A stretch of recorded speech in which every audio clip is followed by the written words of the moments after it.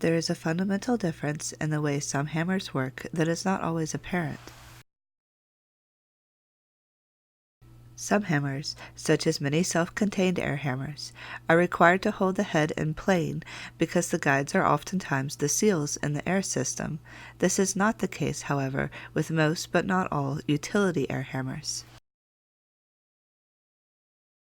While the cylinder in our hammer is responsible for the overall alignment of the hammer head, the brass gibs in the cage of the hammer are there not to align the head, but rather limit how much pressure can be applied to the cylinder as the head tries to roll over after an off-center blow.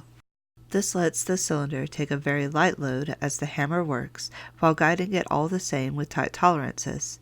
Yet the friction is far less in the cylinder of a utility air hammer than in that of a comparable self-contained air hammer. The gibs and cage, in turn, do most of the hard work, yet can be left at much wider tolerances, keeping friction to a minimum as they glide on a film of oil. It is really a rather ideal pairing, with only one downside. When tuning a system like this, it is not easy to measure. Like with many of the advantages of a utility air hammer, the function is not topical or apparent. Thus, it is hard to lay your hands or a straight edge on the problems you may have. Aligning a hammer like this is no different.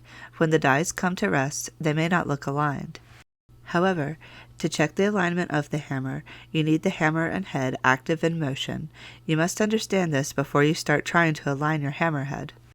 We use paper and clay to observe how the hammer's dies are tracking under no load before making adjustments, because to make adjustments, you must understand what the hammerhead is doing while moving, not what it looks like it may do while sitting still.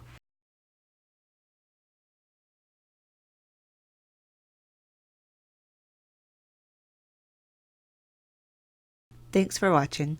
Check out our videos on how to align and adjust your hammer, and subscribe to keep up with what is new with Blue.